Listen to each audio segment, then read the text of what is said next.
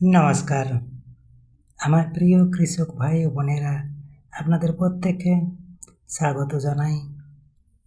আপনারা দেখছেন কৃষি কথা পাঁশকুড়া চ্যানেল থেকে।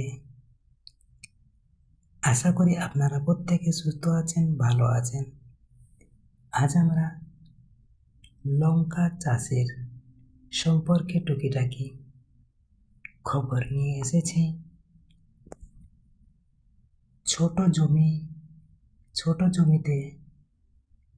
ছোট জমিতেও লঙ্কা চাষ করা যায়, আর আয় কিন্তু ভালো। তাই আপনারা অল্প জমি থাকলেও আপনারা এই লঙ্কা চাষ করে সারা বছর একটা ইনকাম করতে পারেন। আর লঙ্কা কিন্তু বাজারে সারা বছর চাহিদা থাকে।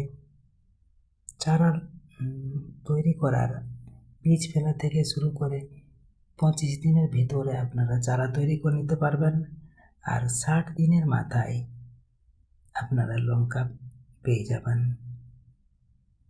তো এই লঙ্কা চাষ বা আরও নানা রকম চাষ সম্বন্ধে টুকিটাকি খবর এবং বিশদ আলোচনা পেতে অবশ্যই কৃষি কথা পাঁশকুড়া চ্যানেলটিকে অবশ্যই সাবস্ক্রাইবার করুন। আর ভিডিও আপনাদের ভালো লাগলে অবশ্যই লাইক, কমেন্ট, শেয়ার করতে ভুলবেন না।